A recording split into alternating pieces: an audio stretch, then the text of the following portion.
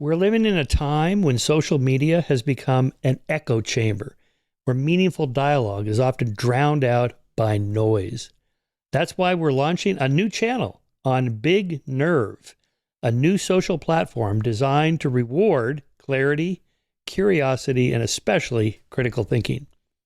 On Big Nerve, you can share your favorite conspiracy theory or preferred hypothesis or provocative question. But the real value from going there comes from what happens next when you and the other skeptics on the platform debunk the conspiracy, or you challenge the hypothesis, or you debate the question with substance.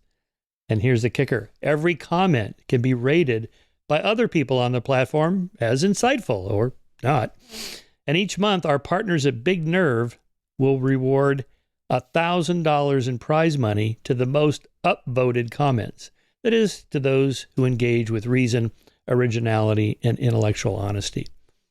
Seriously, there's no strings attached. $1,000 a month, and you can keep your winnings. Or you could donate them to the Skeptic Society, but no, keep your winnings. To get started, go to skeptic.bignerve.com. That's skeptic.bignerve.com. Today's episode is on religion, the decline of religion. In fact, before I introduce my guest, let me give you a little bit of background on this. As you know, I've written several books on this subject, tracked it myself over the decades. It's a super important and interesting subject. 2 months ago, I did a debate in Austin for the Free Press, where Adam Carolla and I debated Ayaan Hirsi Ali and Ross Douthat from the New York Times on the subject, does the West need a religious revival? My answer was no, thank you. And that was the end of that for me. But interestingly, Ayaan Hirsi Ali made the argument that the West needs religion, particularly Christianity, in order to, as a bulwark against Islamism, crazy far-left wokeism, and so on. And Ross Douthat made a similar argument in that the kind of moral foundations of Western civilization, even broader, is the Judeo-Christian worldview. And without that, there's a God-shaped hole, is kind of the argument they made, that will be filled by something else. And that something else could be, again, Islamism or crazy woke far-left progressive politics or New Age spiritualism or whatever. Here to break this all down for us today, because this is a scientific question, not just an opinion question, is my guest, Christian Smith. He is the William R. Kennan Jr. Professor of Sociology and founding director of the Center for the Study of Religion and Society at the University of Notre Dame. Smith is well known for his research focused on religion, adolescents and emerging adults, and social theory. He's written many books, including Divided by Faith, Evangelical Religion and the Problem of Race in America, as well as Soul Searching, The Religious and Spiritual Lives of American Teenagers, and Moral Believing Animals, Human Personhood and Culture, for which he was on the show a few years ago to discuss. Here's the new book, just came out, Why Religion Went Obsolete, The Demise of Traditional Faith in America. He's got the data. Christian, nice to see you. Thanks for having me on. Yeah.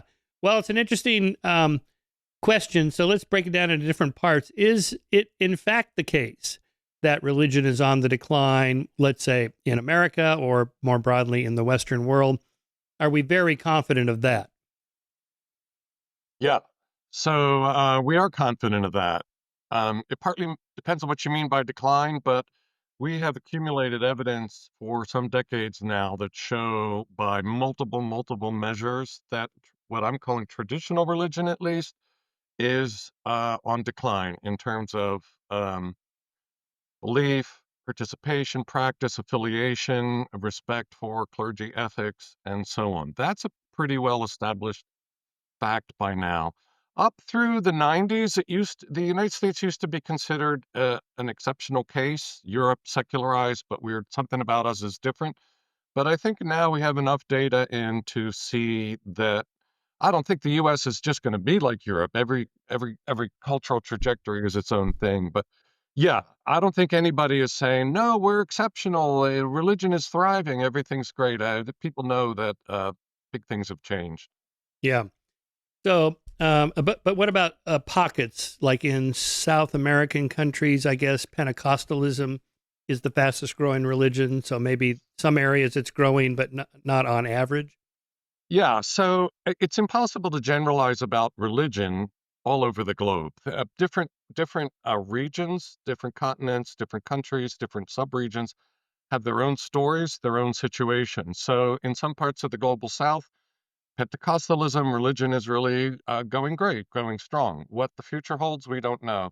In places like China that tried to suppress religion on Marxist grounds, is actually seeing a boom in all kinds of traditional and new for them religious practice and affiliation. It's sociologically explicable. So, but yeah, you have to look at the specific context. My book is focused just on the United States. Yeah. And then I think we could break down like religious beliefs versus maybe God beliefs, or maybe religious commitments versus God beliefs. Like maybe somebody believes in God, but they don't really go to church. So maybe you have to separate out different categories when we're talking about these issues. Yeah, so sociologists use lots of different types of measures that measure different dimensions of quote unquote religiousness or religiosity. So there's affiliation, there's belief, there's practice, their expected behaviors, all sorts of different dimensions of those. The thing that's declined the most is sort of confidence. The thing that's declined the most is sort of affiliation and investment in the institutions of religion. The decline of belief in God um, is less stark, and then things like prayer, certain personal practices that we may affiliate with religion have declined even much less. And then certain things like belief in an afterlife may have even had some increase here and there over time. So it really varies depending on the kind of thing we're talking about. I think it's important to distinguish between what I'm calling traditional religion Hmm. and what we might call new, alternative, esoteric, uh, new age, whatever religions. Those I'm actually arguing become more popular. Hmm. But in terms of mainline Protestant, Catholic, evangelical, Black Protestant, Mormon, etc., those are definitely suffering losses of numbers and adherents. Yeah. Okay. As a social scientist, how do you know what people think in their hearts and minds about what they really believe or what they're really doing? How do you know they go to church once a week or once a month? Talk about Well, self-report data and its you limitations. can't really get into people's subjectivities, right? So you have to rely on what they profess. Even and it gets complicated because if somebody says they believe in God when they really don't, that might indicate that there's still some kind of social expectation that you're supposed to. So there's still some influence there, but behaviors are easier to assess. It's not easy. We know from research that Americans over-report, say, religious service attendance. Um, I think it could be up to 50% people over-report. So there's still some kind of social desirability bias, or people are counting like maybe talking to a friend who's religious on the phone is that's good enough for a Bible study or something. But yeah, people still over-report it. Actual practice is much less. There have been studies on this. Empirically, it's a little tricky. I mean, I've tried to think of my own way where you could identify, say, 200 households. You survey them, you ask if they went to church. Meanwhile, you put a chalk mark on their tires, and see if their car actually went anywhere. But that gets a little sketchy in terms of research ethics. So, yeah, it's studying the physical world is a lot easier than studying human beings. Yeah, that's right. Yes. Well, but of course, there's different people doing different surveys, and so you get a kind of cross correlation between surveys with relatively consistent numbers, few error bar measurement differences, but not much. So that gives you some confidence that you're measuring something real. Yeah. There's also pretty much a consensus that this is a matter of generational displacement. So most people, I'm sure you and your viewers know, they get their sort of worldviews established early in life, mostly by their families. They may adjust them some, but people are relatively more consistent across life. So when we see a decline in religiousness in the U.S., it's because each subsequent generation is less and less religious than the one before. For whatever reason, that's another question. But boomers back in the day, we might have thought, oh, boomers were rebellious, but they're relatively a lot more religious than Gen Xers, who are more religious than millennials, who are more religious than Gen Zers. So there's a kind of an inbuilt conveyor belt effect here that over time, as older generations pass on, unless there's some major disruption of revival or whatever, it's just almost inevitably going to be heading toward less religion because most people are religious because of how they were raised by their parents. So if you have fewer religious parents, you're going to have fewer religious children. And then that effect will snowball over the Yeah, decades. yeah, it accumulates on. Mm-hmm. Yeah. All right, let's reflect for a moment on the secularization hypothesis way back in the day, a century ago now, I guess, that, with the rise of public education and technology and science and so on, that countries would become more secular. That did happen in Europe, but it did not happen in America. And as late as, I guess, the Oh. late 90s, early 2000s, it was like Mm-hmm. America is still the outstanding exception, but that appears to finally be changing. Yeah, so the traditional secularization thesis was sort of presupposed a kind of 19th century evolutionary positivist laws of social life, like that we sociologists will discover the laws of social life and they will apply everywhere the same. That was pretty naive. I've never been friendly to secularization theory, despite this book. So my view is the world is a complicated place of lots and lots of causal forces that operate, and different situations, different settings, different trends can give different forces more or less power. So some of the forces at work in the social world are secularizing. There's no question about that. Higher education has a certain effect, science can have a certain effect, etc. It's not inevitable, but there are tendencies. But there are also forces at work in the world that encourage people to be religious, that strengthen religion, that promote religion. And there are a lot of forces that are neutral or it's very context dependent or combinational. So my basic approach is you have to look at specific context to understand what are the main forces driving what. So what happened in Europe was a very particular situation. They had state churches, there were revolutions, there was the Enlightenment, people rebelled against it. The working classes did not appreciate, the Church of England or the Catholic Church in France, and so you had a certain outcome. Even there, it was different across Ireland, Poland, Italy from, say, France and the Netherlands. So the United States is a different situation, but I think what's happened is a different set of factors, somewhat overlapping, but a different set of factors have really made traditional religion, made it obsolete, is what I'm claiming, culturally obsolete. So, yeah, what happens in South Africa or China or wherever is a whole nother question. Yeah. So part of the idea is that if one of the roles of religion is to take care of the poor and needy and help people that can't help themselves and so on. If the government's doing that, then you don't really need religion to do that as much. That happened Yeah. more in Europe than in America. That's one theory, right? Yeah, one of the causal factors that you can think of is economists call it crowding out. If religion serves a certain function, and then if welfare states come along and take over that function, religion can't compete. It basically gets pushed aside, and it's not that it doesn't serve other functions, maybe, but it can't serve that function. It's been crowded out. So, yeah, welfare states and traditional religion, they can go together, but under many conditions, they compete with each other.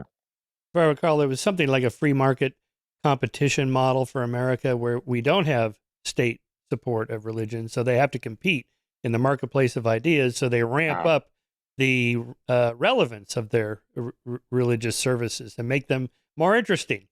Yeah, They- this was a very influential argument in the 1990s in sociology of religion.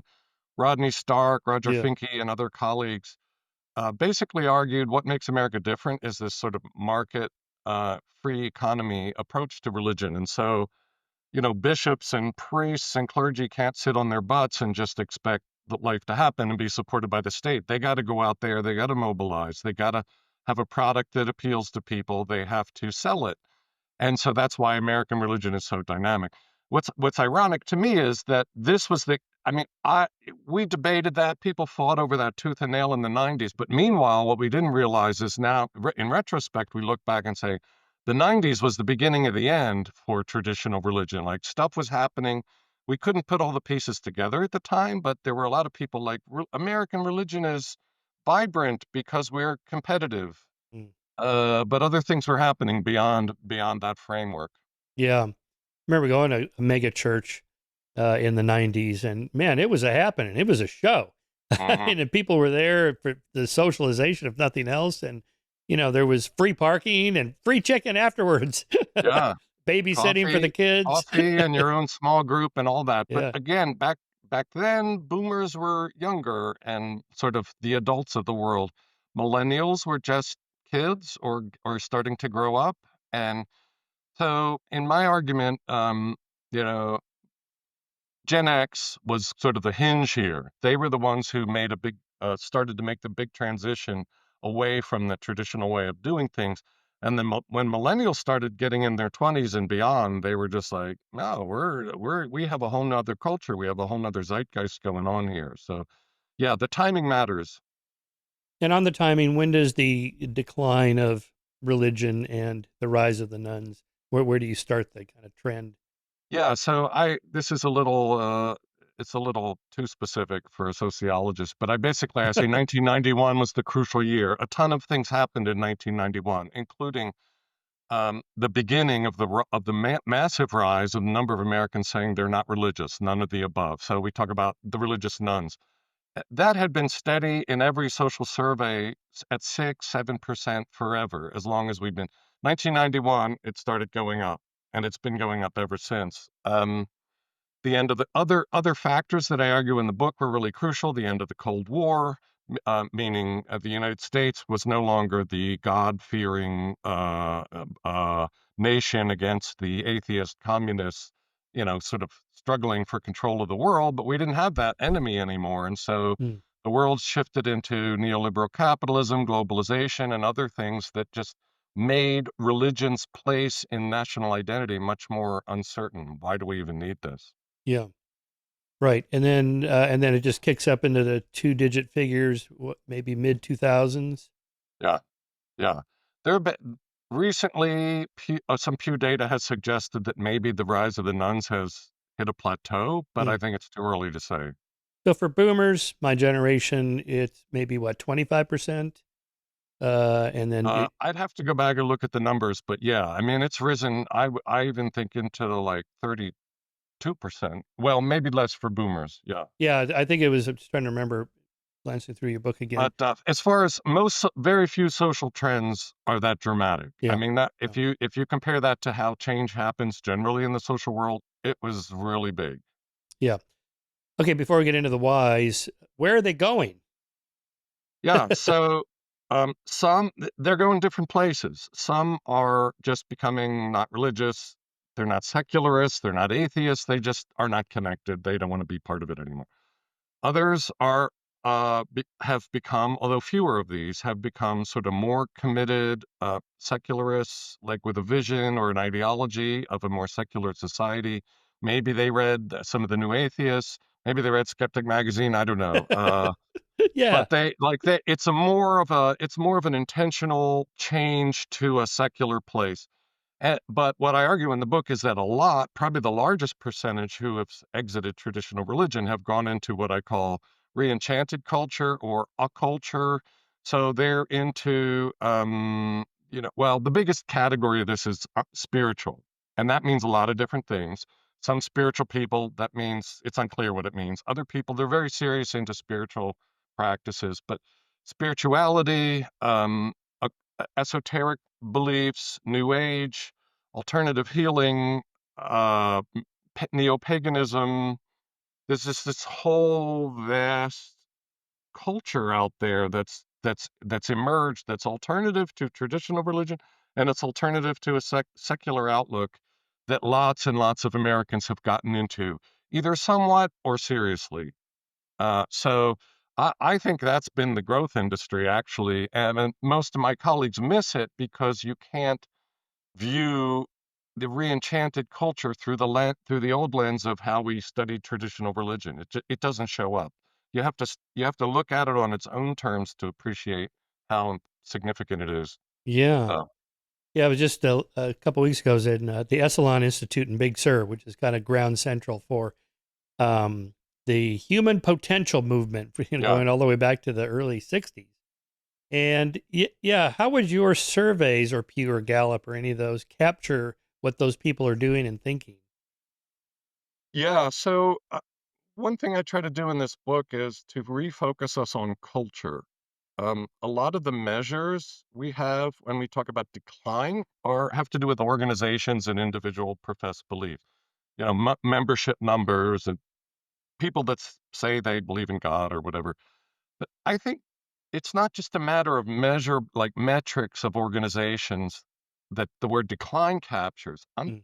I think what I argue is it's something in the cultural realm, something about, and actually use the term zeitgeist, which very Mm-hmm. few social scientists will use. Something in the cultural realm, the zeitgeist, the spirit of the age, shifted so that religion didn't just like lose some numbers, but traditional religion went obsolete. Like it was superseded by other things. It came to feel old fashioned.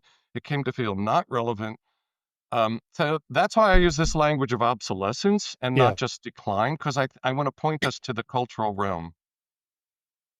Yeah. So, and then which religion? So you cover Protestantism, Catholicism, televangelism, the religious right, and then Eastern religions and New Age movement beliefs.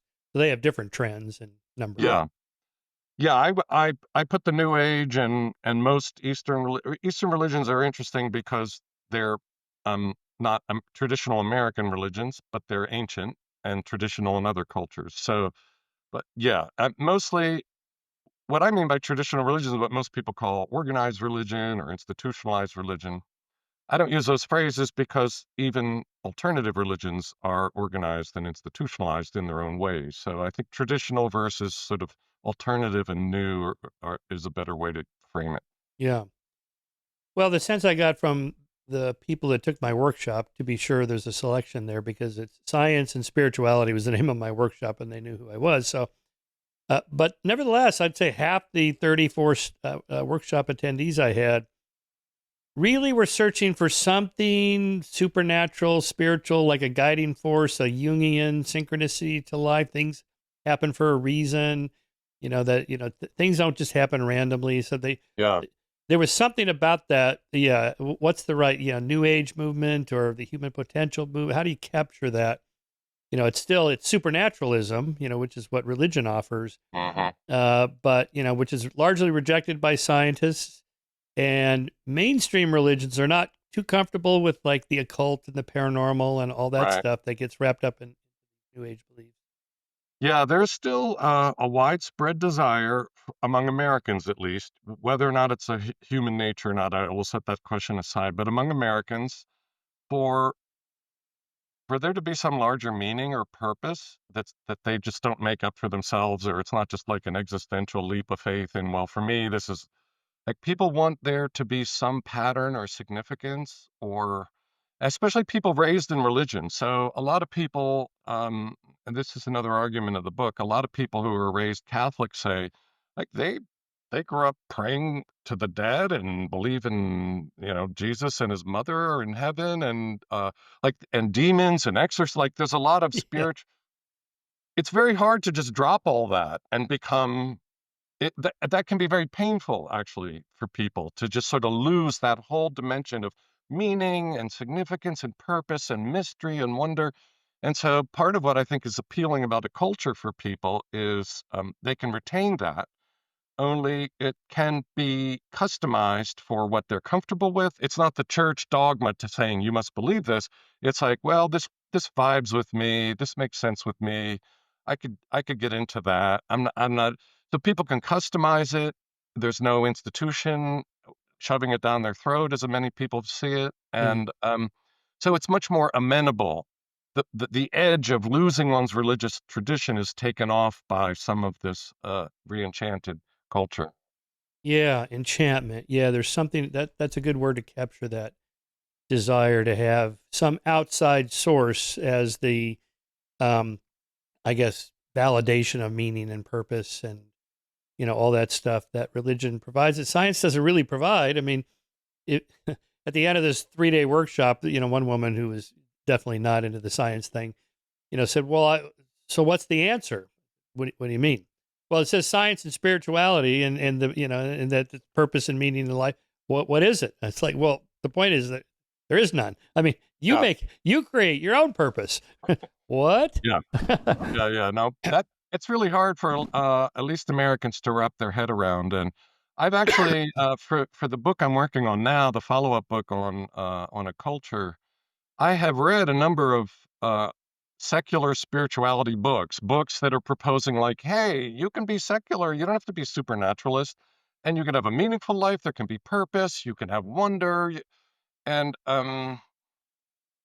whether or not they add up rationally, I think when I get done reading them, I think, for some people this will work, but for most Americans, this isn't going to sell in Peoria. Like it's just Right. doesn't. It's not going to resonate. Well, this is Ross Douthat's point in his book. It's called Believe. Yeah, And he doesn't pick any of the main religions, but he says pick one of those. And that yeah, these other made up new religions, forget that. They don't have the tradition, they don't have the yeah. history, and so on. Yeah, I've read his book, and Okay. it was funny that his book came out at the same time mine did, and he was like, "Religion, come on, that's where we need to go," and mine was like, "Religion's obsolete, folks." Yeah. Uh, but I mean, it's all depends on your cultural context. Pagans will say, "Wait a minute, we've been around since longer than recorded history. We are the pre-Christian, the pre-Christendom religion of Europe. So don't say that we're not traditional. We're more traditional than Christianity." So it's really just a matter of sort of how one envisions roots and histories. Yeah. Interesting. Yeah. I had just on the generational changes and what's behind it. I had Jean Twenge on the show last year when her book Generations came out. And, we were kind of exploring why it is there these, not just why there are generational differences in music and child rearing and, there's like huge age gap between a boomer, the age of a baby boomer woman's first pregnancy is age 19. Hmm. Today it's 29. It's a whole decade slower on Yeah. average. Okay, why is that? How does that happen? I mean, it's not like somebody sits you down and go, okay, here's the plan for your generation. But she said it's more of a kind of a bottom up, just the way culture works. You're in high school and all of your friends are going to go to college. Well, I guess that's what I'm going to do. Yeah. None of them are going to get married till their late 20s or early 30s. They're going to go to get a career and so on. And that's what everybody talks about. So that's what you just inculcate. So I'm just thinking when you were talking, maybe just, the importance of religion. No one's talking about it amongst your friends. So you just don't really think about it. Yeah. I mean, it's not a herd mentality. I wouldn't go there. That's a little demeaning, but the way obsolescence works is like that. If you think about, well, let's think about to our childhoods. There was a time in my childhood where wearing bell-bottom jeans was the coolest thing, Oh my and then, God, I know. Can't yeah, stand next it. thing you know, like that, you wouldn't be caught dead wearing that. Or like, let's suppose you're really attached to your vinyl records. Like they're actually better quality music, as I understand it, than streaming. So, but it's too bad the world around you is changing and you don't get that kind of support and if on vinyl you can no longer get all kinds of new stuff. So yeah, as a sociologist, of course, I'm tuned into contexts and how social context shape people's awareness and interests and so on. So yeah, generations grow up in different contexts that send their lives on very different trajectories. One thing that's interesting in all this is, I think, is that a lot of where millennials went actually has roots in their parents' culture. All Hmm. right, so the 60s and early 70s was cultural revolution in very many ways, and when New Age and Eastern spirituality and all this was a super duper interest among young people. But the era there, it was a different era. There wasn't the internet. The internet made a huge difference in people's ability to communicate and learn and so on. And then the 70s hit economic crises, and then the 80s was this decade of like alleged conservatism, and uh, so it put boomers sort of came of age and went through middle adulthood at a different era, whereas millennials were socialized by their parents in many of the same values: be free, explore your authentic self, etc., etc. But they grew up in a context where the technology was different, the globalization was different, the communications were different, the respect for authority and institutions had declined significantly. And so they can take the same set of values and take it in much further and more extreme, or however you want to put it, directions than their parents could, because of the different context. Yeah. And I just find that stuff really fascinating sociologically. Incredibly interesting. Yeah. All right. So let's go over to the 90s and the 2000s. You identify a number of factors here: the end of the Cold War, neoliberalism, capitalism, digital revolution, postmodernism, multiculturalism, and intensive parenting. That's interesting. Helicopter parenting. As you know, Jonathan Haidt's been on Intensive about parenting. that. Well, yeah. So intensive parenting is a minor factor among Okay. many All of right. these factors are much bigger, but basically, you may be familiar with this, that in the 90s and into the 2000s, the idea was, so, all right, I'll be autobiographical here. When I grew up, I'm a young boomer. When I grew up, you come home from school, you go out and play in the yard or in the woods or anywhere you want to ride your bike to. As long as you're home for dinner, and as long as you're not in danger, you just do whatever. You'll Mm-hmm. grow up and you'll be a normal person. In the 90s and 2000s, a new ideology came along where parents were somehow figured out or came to believe they needed to manage their kids' lives a lot more. They needed to get them in music lessons and sports from a Mm-hmm. very early age and schedule up their lives and so on and so on. So what was required of parents, the bar was raised. And so that was another way that religion was crowded out. Like, if I have to take my daughter on traveling soccer every weekend, I guess we're going to miss church, Mm-hmm. or whatever. So it wasn't enough to just, keep your kid fed, clothed, go to school, healthy, and go to church. And then otherwise, we have a lot of free time. It was like everything was, the stakes were raised in helping your kid compete against all the other kids to be successful, which relates to other social changes. And lo and behold, I argue, institutionalized religion was the loser from that. Yeah. Well, it's much worse And it now. was hard. It was especially hard because it wasn't something that religion could critique. Mm. What are you going to tell parents? No, you shouldn't be as good a parent as you are. You shouldn't try so hard. Bring them to church instead. I mean, that's not going to work. So Right. it was a challenge. Right. Well, it's much worse now. I raised a daughter in the 90s. She's 33 now, and now I have a 9-year-old son. Setting up a play date now, you should see this. It's like a schedule. Well, let's see. Little Johnny's got an opening next Thursday from 4 to 6. Like, really? You got to plan Yeah. that far out? It's incredible. Yeah. It's a different world. It's a different Yeah. world. And this, these, one of the things I argue in the book is that none of this turned on a dime. None of this changed immediately. We're talking about long-term, multiple causes, highly complex. Most of the causes that made our religion obsolete were unrelated to religion. They had to do with technology and the economy and politics and war and all kinds of things. Yeah. And that most of them were unintended. The original working title for my book was "The Unintended Obsolescence of America." So we Mm. know, manufacturers can make products um, planned obsolete, right? Yes. So the reason I want to put this in, well, it's because I think it's true, but there's tendencies among some more, let's say, conservative religious groups to say, well, the reason if we're in trouble, it's because our enemies are out to get us. The secular humanists or the woke people or the whoever it is are out to like flush us down the toilet, and that's why we're in trouble. What I'm trying to say in this book is no, the people that invented the internet were not trying to hurt religion. Right. It had that effect, but that's not what their intention was. So almost there were a few forces that were anti-religious, but most of it was unintended. It just so happened to work out that way. Why? And I Why think is it's that? important to understand history and change Yeah. in that kind of way. But why is that? I mean, did the televangelists of the 80s not make the transition to the internet as effectively? Why did the internet? I mean, Yeah, I spell or out the in the book digital like revolution. yeah, I spell out in the book like 10 different ways. I mean, so it's everything from suddenly you can have new friends of in anywhere in the world, and you can control who you're talking with. The internet enabled people to voice doubts and questions that maybe they always had, but they could do it anonymously now. It enabled people to do research on whatever different things that was different than they were raised on. Again, when I was little, if you wanted to learn about Buddhism, yeah, you had to go to the library, get out books. Like it took effort. The Mm, internet is just boom, boom, boom, and you can get all kinds of information. Um, the internet takes up people's time, so it's another version of crowding out. mm.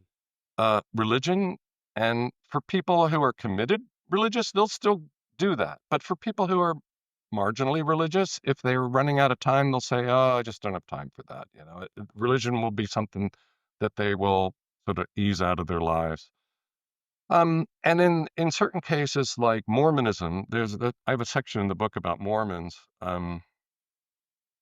There has been a growing community of ex-Mormons who are really anti-Mormon. And like if Mhm. you're raised in Mormon and you bail out of it, you have much more likely to be emotionally upset about that because a lot of ex-Mormons are like, I was deceived. This is ridiculous. Our forefounders were polygamists, and it was all bullshit. Basically, is what they'll say, and Yes. so they're upset about it. But it also has bigger consequences for their family relationships and so on.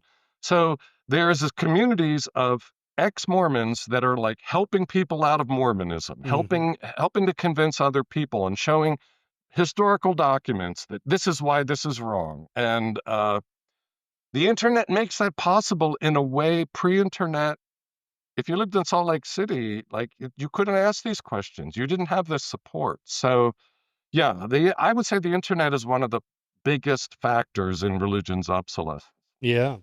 Well, they're called ex-Mos or former Mormons. Yeah, Yeah. exactly. Yeah. I know a bunch of them. They join the Skeptic Society. They read my magazine and books. They Yeah, come to yeah, our conferences, and yeah, yeah. There's a little bit of element of like being an ex-smoker or ex-alcoholic. You're always yeah. on the alert to other people uh, that you want to bring down the pathway with you. What about postmodernism and multiculturalism and its effects? Yeah, this was another huge influence I think. Postmodernism starts off as a high humanist, French literary theory, whatever, in the 60s after sort of the loss of faith in Marxism. And it floats over to American academia. And in the 90s, I was a assistant professor at UNC Chapel Hill. In the 90s, postmodernism was just such a strong influence. It was everywhere. Like you had to deal with it. Mm, And in the book, I don't get into like what does real postmodernism say. I focus more on what the average college student would have taken away, mm, what would be in the air, so to speak, in the mhm, zeitgeist about postmodernism, and what I think the popular influence of postmodernism amounted to things like um, you can't trust authorities. All knowledge claims are really disguised efforts to get power over you. We have no idea what an author really could have possibly meant. It's just what it means to you. This Foucauldian, everything is power grabs. All of that, this sort of moral relativism. Well, if you believe X, that's just because of your place in history and culture. It had a profoundly sort of relativizing, destabilizing effect on any claims to truth or knowledge, whether scientific or religious. It's just like, well, scientists, they're just, a bunch of middle-aged white guys who are trying to rule the world or whatever. And I think but when it comes to my story about religion, that had a profoundly corrosive effect. This idea, like, oh, I thought I was raised that the Bible taught the truth, but now I've learned in college from really smart people that you can't trust that stuff. Maybe there is no truth. Maybe everything is relative. Probably my pastor's just wanting to get control of us and et cetera, et cetera. So, yeah. yeah, it was profoundly corrosive, and not in a strictly ideological sense. Not that everyone sat down and read Nietzsche and said, "Oh, okay, I'm." Right. It was much more diffuse, much more, even in popular culture. Seinfeld, which is a hilarious show, is famously a show about nothing, and this is sort of a comedy outworking of postmodernism. That's sort of like, oh, it, don't get too invested in anything. Just we can be ironic about everything. We don't really know anything. Just do something and whatever's fine. So that's not really particularly good for traditional religion. Yeah. So that Yeah. made a big contribution to its obsolescence. So interesting because that's what happened to science. The kind of science wars, the first Yeah. version of it in the 90s was that Hmm. postmodernism. Yeah. Yeah. So, and multiculturalism is this the effects are exposure to other cultures and then the respect for other cultures we should hold, and that there's nothing special about Western religions, that traditional religions should have a Yeah. seat at the table. Yeah, so multiculturalism, which I'm friendly to, it starts off as, I think, a pretty intelligent effort to uh, educate young people to how to live in a pluralistic world in a way that doesn't lead to violence and hatred. Um, but to sort of roll out a multicultural education program at a national level, it takes a lot of effort. It takes a lot of careful training and so on. And I think, again, by the time it gets down from the official ideas down to 4-year-olds and eighth graders in the classroom, what they end up taking away, I'm not blaming it on teachers, I'm not blaming it on multicultural, but I'm just saying, I think what a lot of millennials ended up taking away in the 90s, this was really rolled out in the 90s, was some basic ideas. You can never judge anybody, Mhm. not even like on any grounds about anything. Like everyone is okay with the way they are. At least don't publicly you can't criticize anything. Everything is relative. Every culture is legitimate on its own terms, and just pragmatically get along with other people is the most important thing. Okay, so that might have some positive social effects. Not that that's where we are now as a society, but uh, it may have been well intentioned and have some good effects, but if you're traditional religion making truth claims, um, it it basically cuts the legs out from under you. Like if other people are different, that's fine. So then basically it turns your own religious faith into sort of a personal identity accessory. Like, do I want to be a tennis player at the club or don't I? Do I want to be a Presbyterian or don't I? They're equivalent questions. Mm. And that really undercuts the meaning and authority of what religion has traditionally claimed for itself. The cafeteria of beliefs that you can Yeah, pick from. cafeteria. You know the phrase cafeteria Catholics. That's one Yeah. of the Yeah. Well, I mean, if you take like the last 1,000 years, I mean, you go from having just one or two choices to, yeah. a whole menu of them. Yeah, I was just thinking of, um, about how people think of religious truth claims. I had there was a book called Religion is Make Believe. The author's name now, darn, he was on the show. Sorry, but he made the point that like if the preacher says there's a parking lot in behind the church, park your car there. You go and check. Yeah, yeah, that's true or false. But if the preacher says, God is three and one and three, Father, Son, and Holy Ghost, how are you going to check that, right? Because Yeah. there's a lot of kind of assumptions that go on that, most people really don't give it much thought. So maybe part of your point here is that people started giving that some thought, like, yeah, how do we know that it's one and three? Yeah. All that. Yeah, I think most Americans are not religious or because of doctrine. I mean, I hate to say this to religions, but I don't think sociologically most Americans are not religious because have convictions about doctrines or they're certain Right. about a metaphysics or something. I think it's because they think it's a good idea. It's good to raise children in this. It helps society be more stable. Helps people make good decisions. It's good for the community, etc. And so one of the things I argue in the book is I don't have an historical account of when this happened, but by the 90s at least, a lot of Americans had come to value religion for very this worldly, imminent goods they thought it would deliver.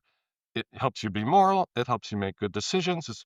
Um, it's good to have clergy as leaders in your community. It's good for sort of national cohesion.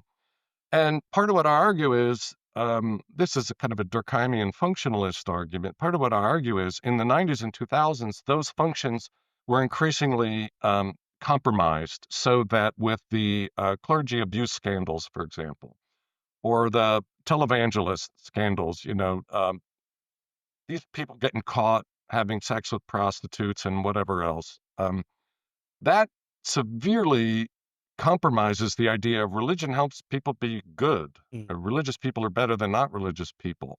That's just one example. Again, back to the end of the Cold War, if you view religion as good for sort of national identity and solidarity, and you're not fighting the godless atheist communists anymore, then there's just less need for that, et cetera, et cetera. So a lot of the reasons why Americans had valued religion kind of became irrelevant. Like functionally, they weren't working anymore. And so there was really less reason to be bonded to religion. Yeah. Well, that's that social capital argument, I think. I noticed this when I was doing a lot of God debates and then evolution and creationism or intelligent design debates. I would take to asking the audience, if at the end of the evening you were convinced by my arguments more than the other guy, would you abandon your religion? It's like, hell no. And Yeah, the reason seems to be that's not why I'm here in the first place. I mean, it's fun yeah, and interesting to hear my guy make clever argument. Here's the Kalam cosmological argument, and here's the fine tuning argument, and so on. That's all great. If you already believe, it's like, oh yeah, that's a really good reason. Another reason why I believe. But if you take yeah, that away, it's like, well, but that wasn't really foundational anyway.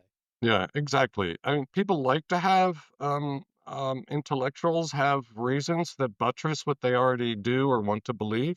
I mean, I think this is just humans in general do this, but certainly religious people.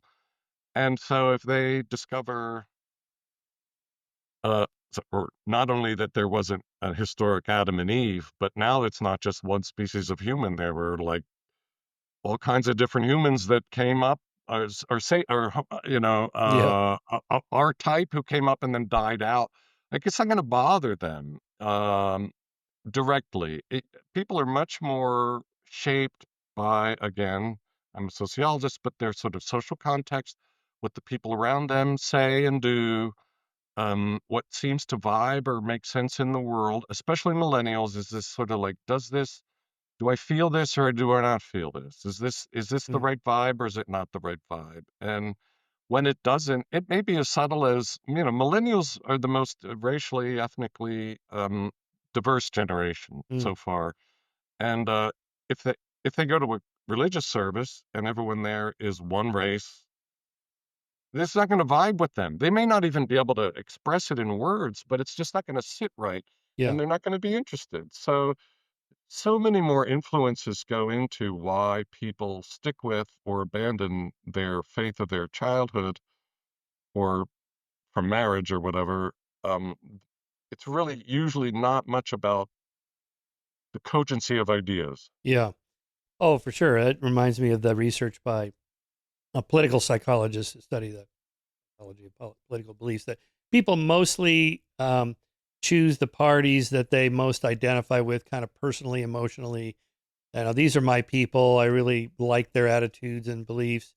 And then after the fact, they'll, compile a series of arguments, gun control and abortion, and they'll have their reasons why they're a Republican or a Democrat.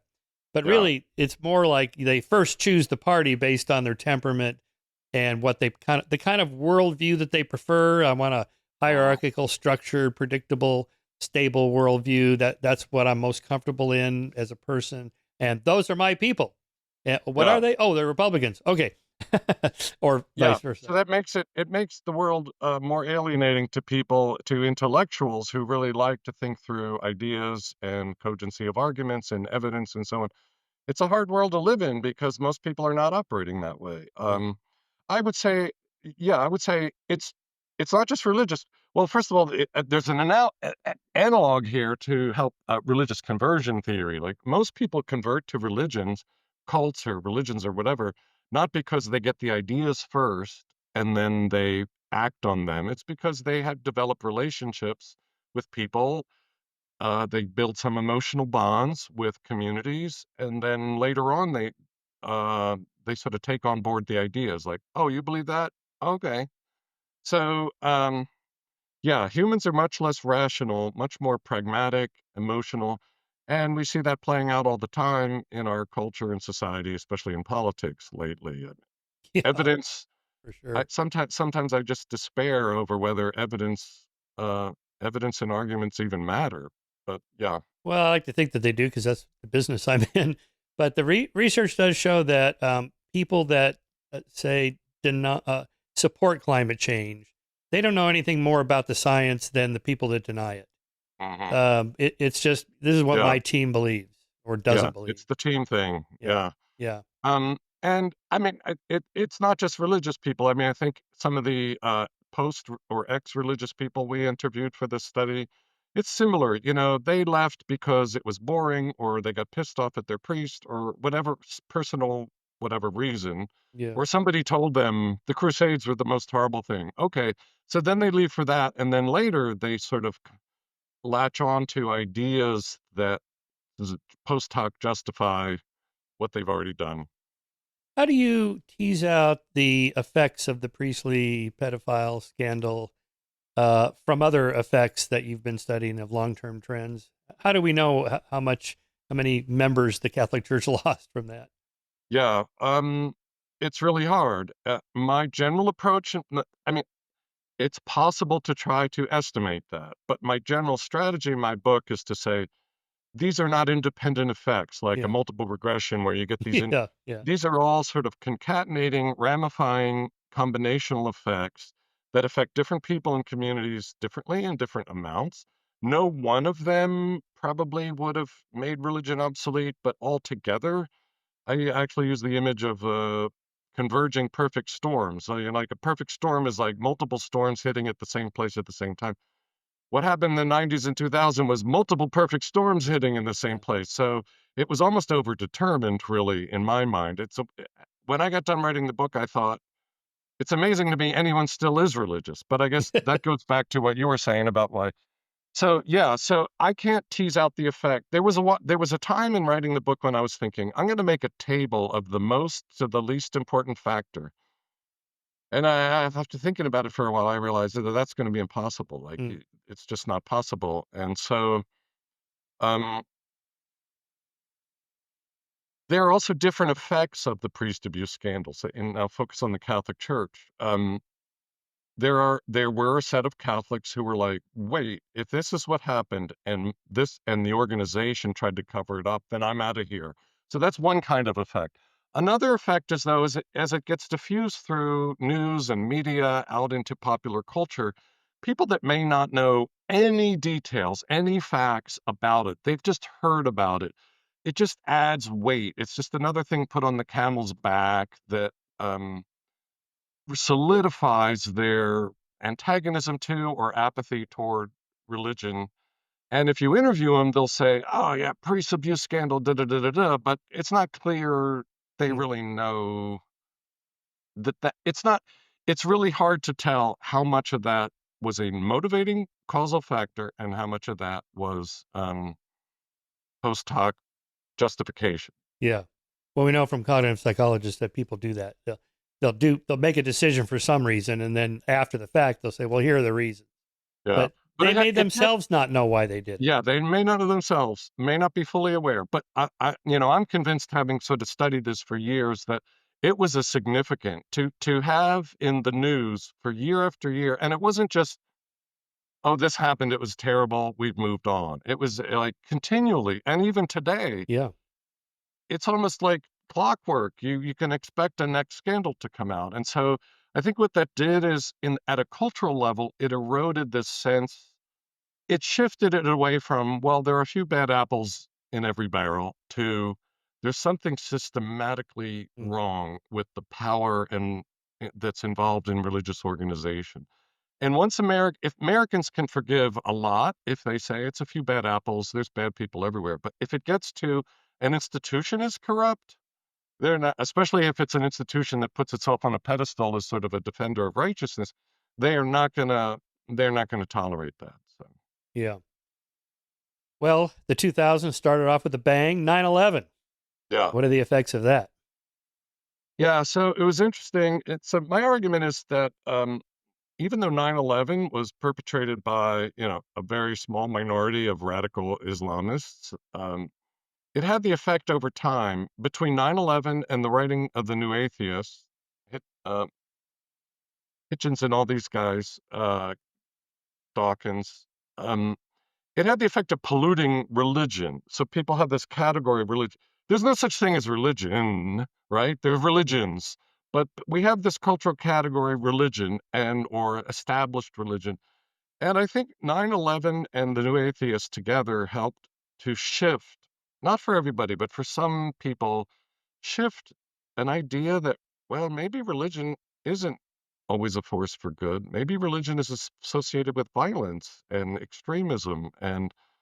And then, of course, the more you have sort of Native American, not Native American, I mean, traditional religions in America, Mm. at some parts of evangelicalism and so on, doing extreme things like, going to funerals of uh, of of of of of gay people and saying they're going to hell or whatever. That stuff gets a lot of press, and I think a lot of Americans came away from all that saying, yeah, religion isn't such a great thing after all. Maybe it's just and some people definitely bought into the line that the more extreme line that religion is the source of all evil in the world. Um, and once you get again on the same theme we've been saying about social psychology, once people get that into their head, it's hard to sort of dislodge it with a more nuanced, complicated account of history. Yeah.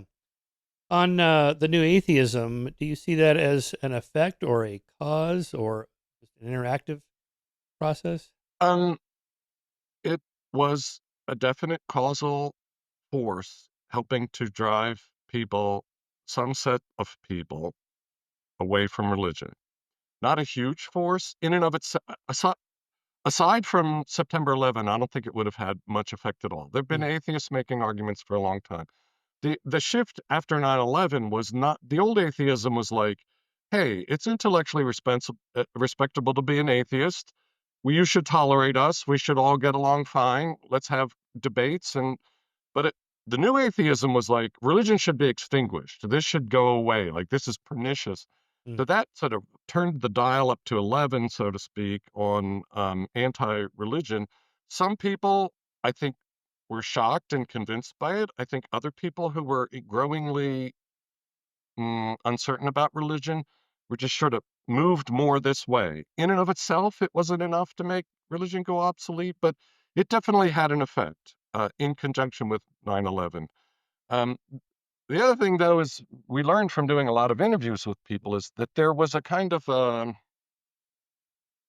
lot of people that were at first quite persuaded by the new atheists, then later started to reconsider maybe that was too extreme. Mm. So, because I think they didn't like the new atheist style. It was not so much the argument. It's that the new atheists people step back and said, "Wait a minute, they're pretty zealous too. I mean, Mm. they're kind of absolutely convinced of the truth in their own way, and isn't that what I don't like about religion?" So again, that made people become more like just we accept everything, anything's fine, don't bother me too much. Just be moderate in whatever you do, and maybe I'm spiritual. So, in other words, Yeah. I think there was a bit of a backlash against the new atheists after their initial influence.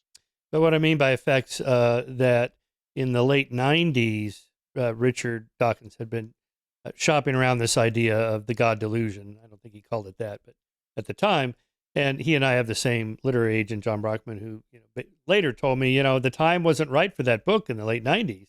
Mm, When it hit in 2006, that was the cultural zeitgeist was ready for that. It wouldn't yeah, have done nearly as well. yeah. So the timing of these things is really, really important, And sometimes people can time things, but mostly the timing just falls out the way it falls out, and the effects are whatever they are. So Yeah. again, you can't engineer a perfect storm or a convergence Right. of them, but when they happen, they're powerful. So Yeah, yeah, yeah. Well, of course, I went through all that with Skeptic magazine because I was enthusiastic about the new atheism, but on the other hand, Skeptic is a science magazine. I never wanted us to be an atheism magazine, yeah, and I yeah, never liked to define myself as an atheist because yeah, then Well, there's all the baggage that goes with it, but also, all it means is you don't believe in God. It doesn't say Yeah, anything about what you actually do believe: civil yeah. rights and human rights, and dignity and all this stuff, rationality. Well, that's secular humanism, but then that got lumped in with atheism, and yeah, it's a big mess. And then there was a division, maybe in 2008 or so, of what you mentioned, the kind of zealousness. How militant are you of an atheist? And people Right. like me, I'm much nicer about it than, say, Hitch was. And that, you need to be more like Hitchens. Like, but that's not my style. Yeah, We have yeah. him. He's doing it better than anybody else. So I'm just going to let him do it, and I'll do my thing. Right, right. But like, denounced for not being militant enough. And then there was another split around 2010, 2011 of the atheist plus, the plus being social justice. And then it became Mm, politicized. mm, mm. Yeah, I mean, I've always taken you to be much more broad than that agenda, and so again, sociologically, it's really fascinating how things have influences that shape people, and then people back off, and then everything is in flux and developing, and then it's all and much of it is mediated through the media and hearsay and memes and whatever, and by the time it gets, so what I in this book really tried to focus on was by the time it gets down to ordinary people, how do they understand it and how does it shape them? Talk about the influence of women on families deciding to be religious or not, and then women more common in the workplace, having more Yeah. economic empowerment and freedom and more choice and so on. How has that affected religion? Yeah. So gender matters in religion. In almost all religions, women are more religious than men. Not in Israel and maybe a few other places, but generally. So, and that's for a lot of reasons, as sociologists argue about. But yeah, so going way back to the 60s and 70s, when women increasingly entered the paid workforce, in large numbers, again, that wasn't intending to like, let's hurt religion, but it had the effect of removing a lot of unpaid. I mean, women did a lot of the ordinary work, keeping religious congregations going, volunteering basically for Sunday school and kitchen duty and whatever else. And when women are, suddenly the majority are working 40 hours a week and then have a second shift at home trying to take care of their families and so on. There's just less energy and time to devote to the local parish or church or synagogue or whatever. And so that had an unintended consequence of having less free labor around. Another thing more recently, I talk about in that there's a whole chapter on how religion sort of self-destructed, did things to its own demise. And in evangelicalism in the 2000s, there was this a sexual purity movement that tried to get people to commit to virginity pledges and so on and so on. And it was very popular. The federal government, I was actually involved in funding that some under the Mm. W. Bush administration.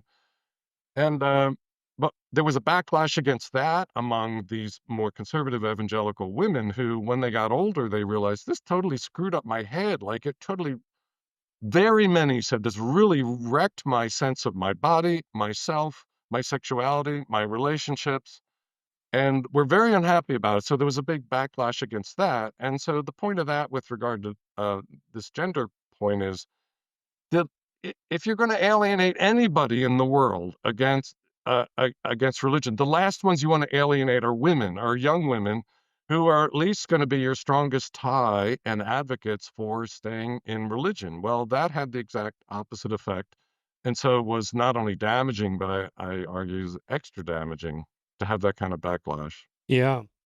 That reminds me of Dorothy Parker's funny line, why she doesn't go to church on Sunday mornings: because I'm too fucking busy, and vice versa.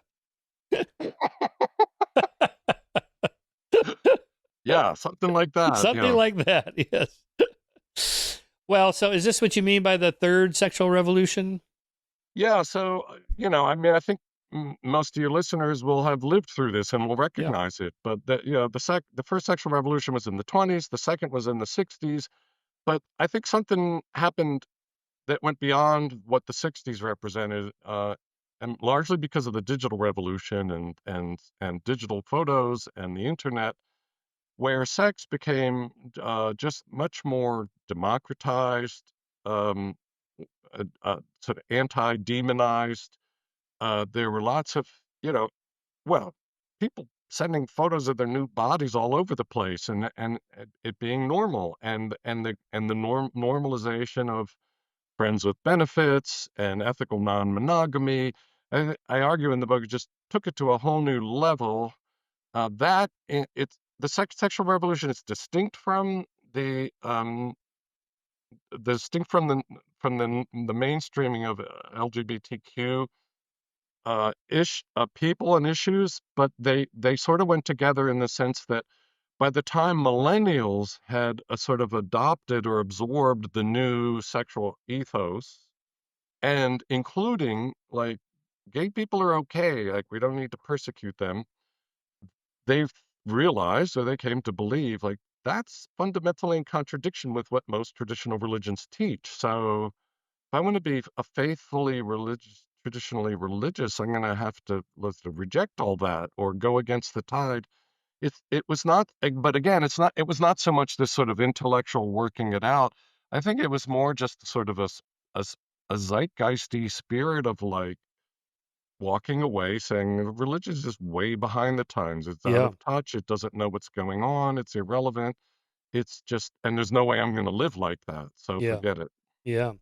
Well, the same-sex marriage debate happened so rapidly. Remember, as late Yeah. as 2011, both Hillary and Obama were outspokenly against it, and then 2015, the Supreme Court decision, and then bam, it's Yeah. over, and Yeah. The public opinion on the matter changed really quickly.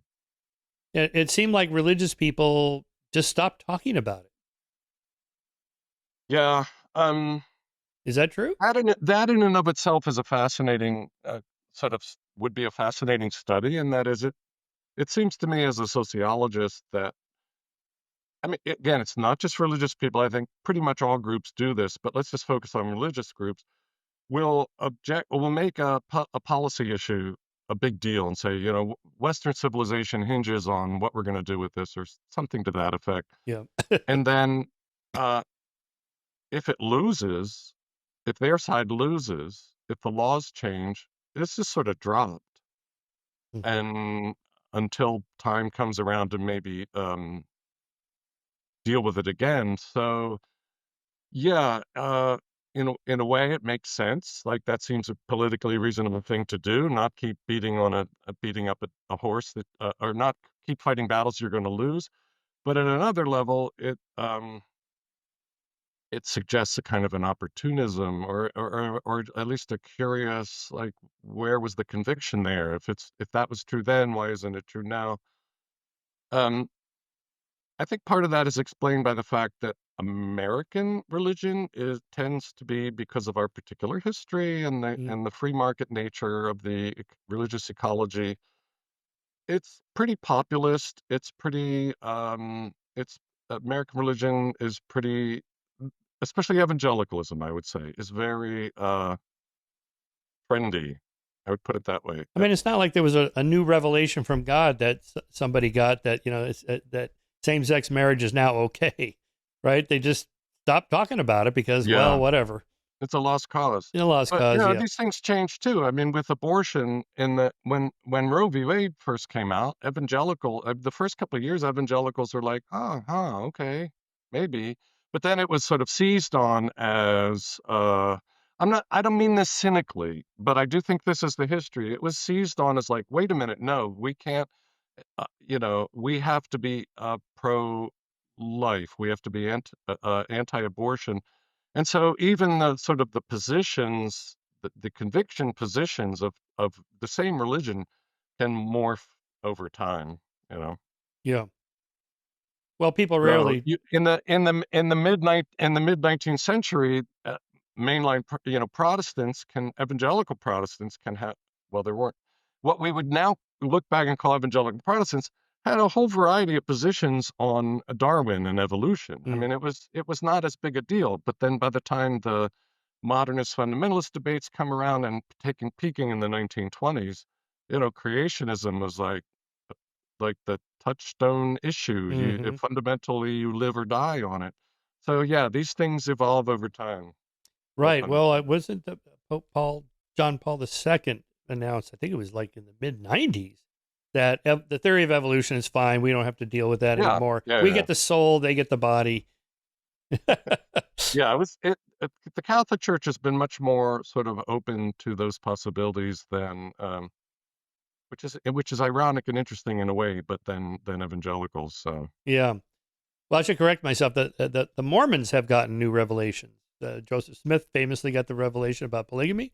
And then in the 1890s, when Utah wanted to be a state in the yeah, Union, they got a new revelation from God saying the polygamy thing was a bad it was a bad idea. We got to go back to monogamy. yeah. Well, Mormonism has an official doctrine explaining how they can have new revelations. Most of evangelicalism is stuck with what the Bible says, like Mm. that, like the revelations were closed when the last apostle died, and so it's a little more boxed in as to. But then, of course, they can still interpret the Bible in lots of different ways. So. Yes, of course. Well, I think that's still what's going on here. All right, let's get us up into the current events, culture wars, LGBTQ, trans, Black Lives Matter, all that stuff. What are the effects of all that on religion now? We're undergoing it.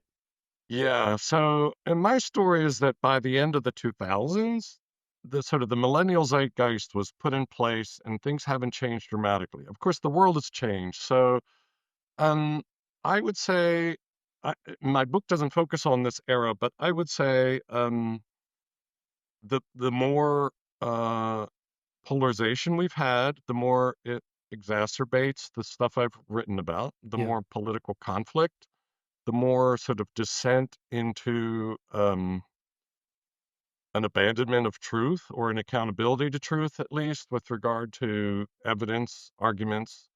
The current president just lies a million times a day, and that has a larger effect on culture and different followers' sensibilities of what matters in the world. So I I think that religion has continued to move in an obsolete direction. There will always, I don't think it's ever going to go extinct. I think there will always be a minority of people, Americans, who remain religious, and there will be some not religious people who become religious for various reasons. And one question I've gotten a lot in about my book is, wait a minute, if religion is obsolete, how do you explain Christian nationalism? It Mm. seems incredibly powerful. Mm-hmm. My answer is,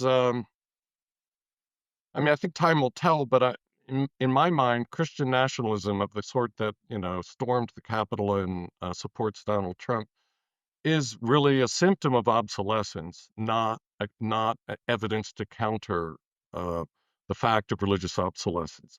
In this sense, for much of the history of the Christian right, the message was we need godly people to be elected to positions of power to restore this nation to sound God honoring laws, et cetera, et cetera.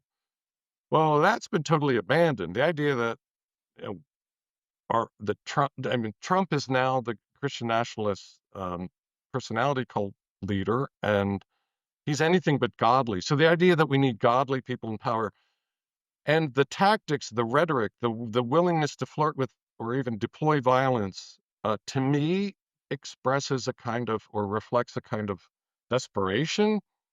I think in the Jerry Falwell era, the Christian Coalition era, there was a kind of a deep worry about we're heading toward a secular society.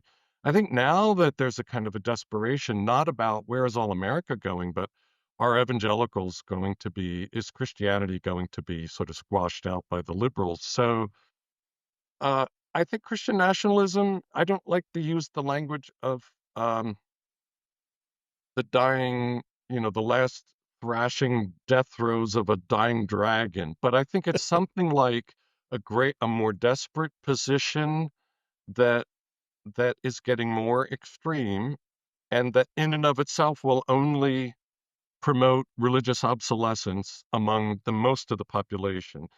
They will just continue to say what they've said for decades now about the Christian right, which is, if that's what religion is, I don't want to be part of it. Yeah. Except for a small group, except for a more sectarian, increasingly sectarian group of believers who find shelter in that, and and that'll intensify their commitment. But Well, there seems to be a branch of more militant or masculine or muscular Christianity, and they like a strong man like Trump. Yeah. who's going to stand up there and fight for us. I mean, this is, I do a lot of church debates and stuff, so I always ask them, how can you vote for Trump? The answer seems to be, well, the Bible is filled with flawed characters. He's like one of those guys. I forget which characters they named, but um, and he's going to get us the judges we want, and he did. Yeah. And okay, all right. So I'm debating in my own head whether it's just pure politics and Machiavellian power struggle, and it really has not much to do with religion. It's just politics and team play, or if they've actually shifted on their beliefs and morals. Yeah, I mean, I don't think it's pure politics using religion as a sort of a mask or a veil. I do, again, I don't want everything to be like referring back to and validating the argument of my book, but I do think that I do think if my story is true that religion went obsolete in the 90s and 2000s, religious people have got to feel that in their bones, even if they can't Mm, express it, articulate it fully, recognize it. And when people feel our way of life, our worldview is not just under threat, but like been sidelined. We're not even in the game really anymore. mm, That can push them to get again more desperate. And as we've said repeatedly already here, people can come up with rationalizations and justifications for. So we no longer need godly men in power. We need to have a totally unrighteous man mm, is going to be good enough mm, for now. So it'll be really, really, really interesting where if things go now in whether the Trump administration and agenda succeeds, like where politics goes should have a significant effect on religion too. But in general, the way things have been going is not going to help much of traditional religion in the U.S. at all, as far as most Americans are mm, concerned. mm. I wanted to That's ask you my view. about an older debate on amongst Christians about what's our goal, what should we be doing. You have the one branch that wants to help the poor, be more like Jesus, and man the soup kitchens and be humble and modest and don't pursue riches and so on. Then you have the prosperity gospel people that are now morphed into more militant and muscular Christianity. Is that still kind of a split amongst Christian churches? Um, I forget what the terms are to describe those two.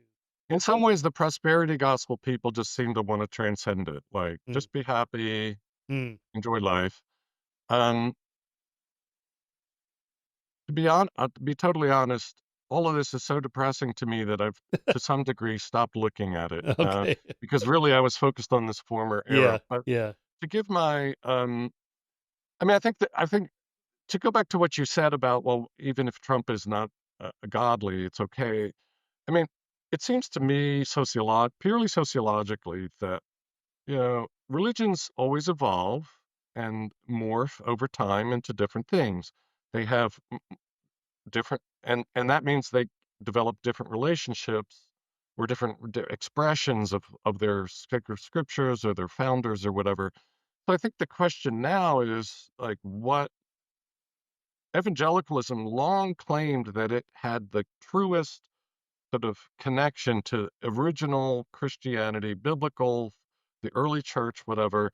But it's increasingly not clear whatsoever what the militant evangelicalism has anything to do with Jesus in the Gospels. Hmm. I mean, I just can't see any connection whatsoever, and so it feels to me like cultural mutations that are just going to the extreme. I don't want to say pathological or whatever, but just sociologically, it just feels like it's mutating so far away from Mm.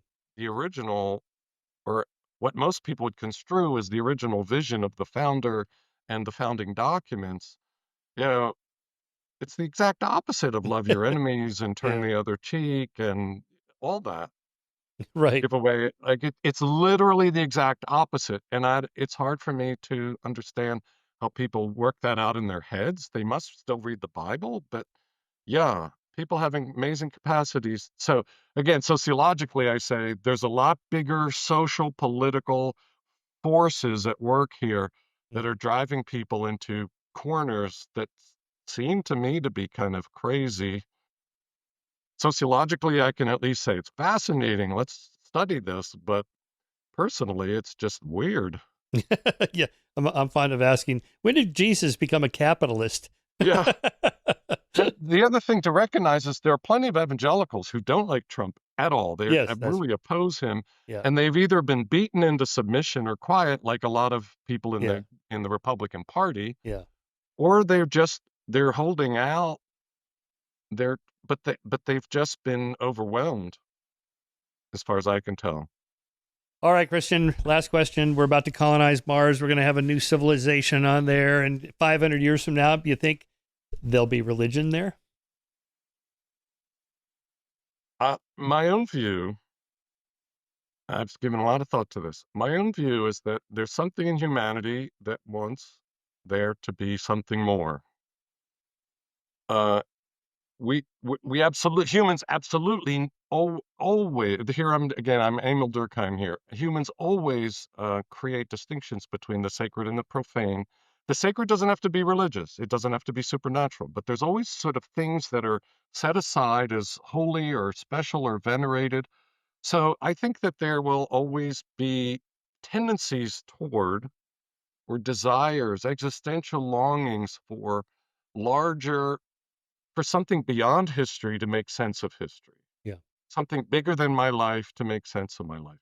Whether that looks like tradition, religion, the way we're used to talking about it, it may not. It could take very different forms, but I think it will always involve sacreds, mythological stories, and I mean that broadly in Yeah. anthropological Yeah. sense, rituals, etc., etc. And humans always have to work with what they've received from the past, so it may end up being the most interesting conglomeration of all kinds of different things and scriptures and beliefs, but I don't ever foresee human society universally becoming straightforwardly secular in the way that you and I would understand it. I think you're right, and I agree with you. And they'll probably also end up with something like political parties and some kind of a blend of democracy and capitalism or trade, because that, a lot of that's just based on human nature. Yeah. The question is whether, if we ever get to Mars, are we gonna destroy the planet with the global warming and every other environmental problem in the Well, I don't name? know. I'm not going to Mars. I'm happily ensconced in Santa Barbara, so I'll leave that to Elon and his buddies. Yeah, All right, exactly. Christian, thank you so much. Here it is: Why Religion Went Obsolete. This is the most definitive, up to date, packed with data book. Great read, really important work. Thank you, Christian. Thank you for your work. Thanks for coming on to talk to me. You're welcome. Thanks for having me. I enjoyed the conversation.